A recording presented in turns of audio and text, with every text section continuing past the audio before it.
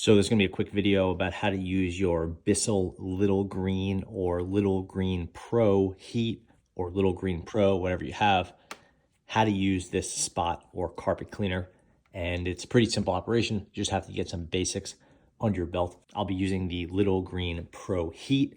These things, like I said, are basically very similar. I'll be cleaning some deep old stains on this kind of throw rug here. And it's a pretty simple process, so let's just get started. Okay, so we'll call this step 0, and that is pre-treating the stains. I'll use this Full X carpet and stain remover. You can use the Bissell branded ones if you want. They're all pretty good. And this is just an early step. It's optional. It's for kind of deeper stains and tougher stains. It's just pre-treating a little bit. So we'll do a touch of that. Some of those stains right there. And we'll let that sit for a few minutes while we're doing the rest of our setup. The next step is going to be make sure that your Little Green is filled with water. Basically, the left side here is your clean water. The right side is your dirty water. The dirty is not filled. That's good. Now you make sure the clean reservoir has enough water in it to operate. It does. If yours doesn't, you just pull this off and you can fill it right here. You want to put in your warm water, then you want to put in the suggested amount of the cleaning solution. And Bissell sells the solution. They say to put, I think it's, for this one, 2 ounces. It may differ based on your model. Put that down, pop it back in place. We got a nice firm click. Now we're gonna make sure that our Bissell is plugged in and ready to go. When you want to turn it on, you'll use this power switch right here. Okay, we'll turn it on. And the first step we'll do once it's on is we're gonna use this trigger and we're gonna keep this an inch or so away, and we're going to treat the area with that warm water and solvent mixture.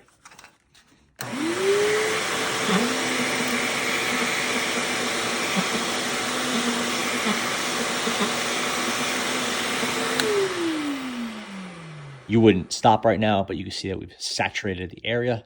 It's nice and damp. Now we will start scrubbing and cleaning. Just want to be careful with that scrubbing action. You don't damage the rug, the carpet, whatever you have.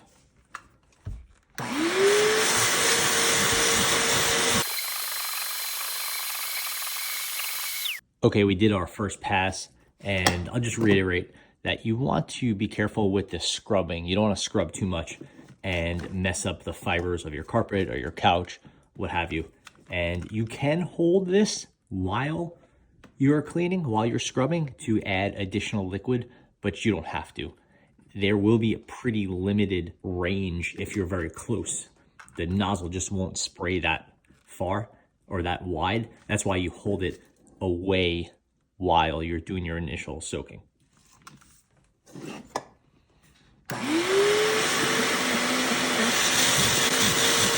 Once the stain is starting to lift and you feel like you don't need any more liquid and you're essentially wrapping up, at that point you'll turn this on and you want to start removing the liquid.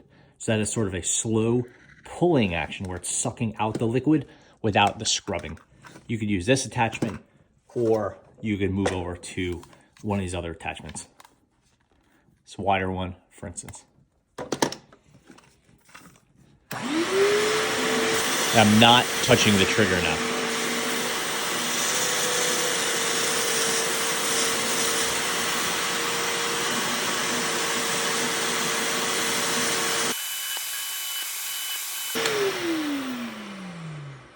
At this point, you'll have pulled as much of the liquid out of it as possible. Again, depending on how absorbent and how heavy the fabric is, and your stains should be largely removed.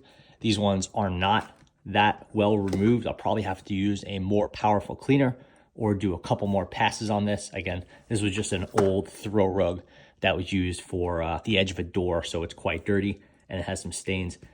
Your stains, if they were fresh, they probably came up and you're ready to put this guy away.